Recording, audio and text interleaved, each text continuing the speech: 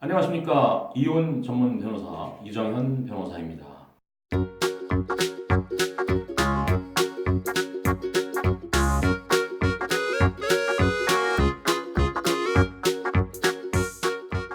자, 이혼 전문 변호사가 이혼 준비를 하는 비법. 그러니까 일반 변호사가 아니라 이혼 전문 변호사가 이혼 준비를 할 때, 이혼 전문 변호사가 이혼을 하는 게 아니고, 이혼 전문 변호사가 다른 의뢰인들의 이혼 준비를 해줄 때 비법. 일반인들이 준비하는 거와는 조금 차이가 있겠죠? 뭐 증거가 부족할 때 어떻게 준비하다, 뭐 이런 것들이 있는데, 첫 번째, 경찰 출동 내역서. 막 부부간에 다툼이 벌어지면 경찰 신고들 많이 하잖아요. 112에 급하니까. 굉장히 흥분해서 막 남편이 막 세간살이 다 때려 부수고 있고. 그런 경우에 경찰, 뭐 이웃에서도 신고 많이 해요. 그런 경우에 신고를 해서 경찰 출동을 하게 되고 뭔가 보고서를 남기게 돼 있어요. 경찰에서는. 그 경찰 출동 내역서는 신고자의 전화번호로 특정을 해서 그 내역서를 뗄 수가 있습니다. 늦게라도 과거 한 뭐 6개월 전, 1년 전 거라도 발급을 시도해 보시면 발급 가능한 경우가 많아요. 그걸 준비하시면 도움이 꽤 됩니다.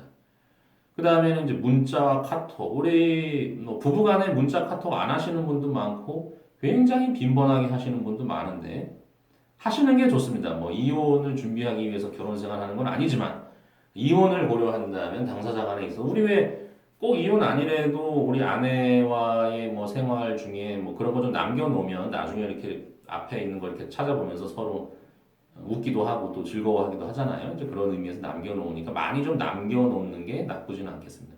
문자와 카톡을 최대한 확보를 하게 되죠. 그래서 때로는 자기 전화기를 포렌식, 그러니까 카톡을 복원을 해서 옛날 카톡을 또 찾아내서 준비하기도 하고요. 그 외에 진단서. 아무래도 부부간 싸움을 하다 보면 흥분되고 격앙되니까 막 손이 올라가고 막 발이 올라가고 이런 경우. 대부분 남자들이 폭행을 많이 하는데 여자도 폭행하는 경우 많이 있습니다. 요즘은 남편이 맞는 경우도 많이 있고요.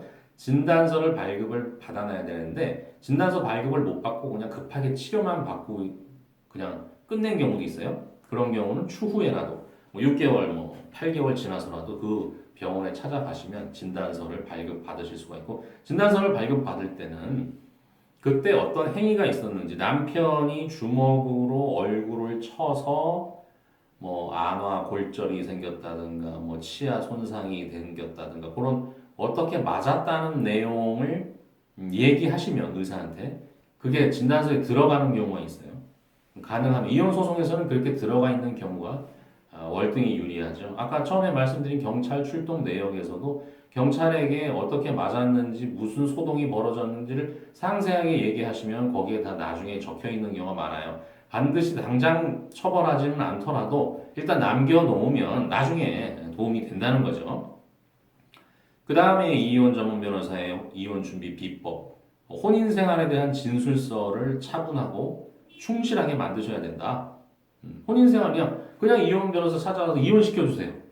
뭐 이혼 사유가 뭐죠? 그러면 그냥 뭐 남편이 뭐 좀 못되게 굴어요. 그냥 미워 죽겠어요.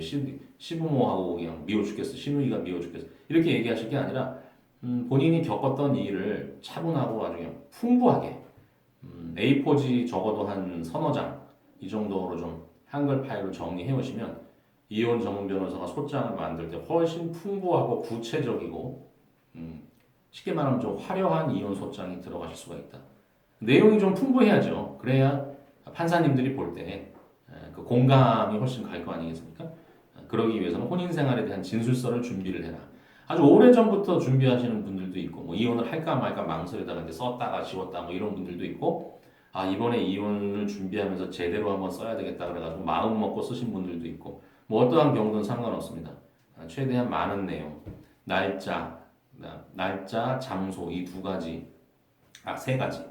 날짜, 장소, 행위 이 세 가지를 좀 자세하게 나오는 뭐 예를 들어 뭐 날짜 특정하기 되게 어렵죠. 일반인들은 뭐 첫째 애가 뭐 학교 갈 때, 첫째 애가 유치원 다닐 때, 또 뭐 둘째가 태어날 무렵에 뭐 요렇게 날짜를 특정해도 괜찮아요. 아니면은 뭐 결혼하고 첫 번째 뭐 명절 때, 시부모 방문할 때 뭐 이런 식으로 특정해도 좋고 물론 날짜를 정확하게 기억하시는 게 제일 좋겠죠. 자, 그 다음에 이혼 전문 변호사의 이혼 준비 비법. 증거는 많을수록 좋다. 증거가 없다고 말씀하시는 분들이 되게 많아요. 의뢰인들이. 나 아무것도 없어요. 근데 저하고 얘기를 하다 보면 이런저런 얘기하고 당한 거 얘기하고 들어보면 증거가 많이 있는. 그 부인이 당한 거에 대해서 알고 있는 지인도 있고 친척도 있고 뭐 친정 엄마도 있고 그런 분들 진술서도 준비해야 되고 또 부인이 꼭 반드시 남편하고 어디 여행을 가서 부부 싸움이 났는데 내가 맞았다. 맞은 내용은 없죠. 그렇지만 여행을 간 내용은 있잖아요. 그런 경우가 많아요. 그러니까 정확하게 직접적인 혼인 파탄 증거는 아니지만 그 주변부의 증거들은 꽤 많이 있는 경우가 있다. 그런 경우도 다 모아야 돼요. 그래서 증거는 많을수록 좋다.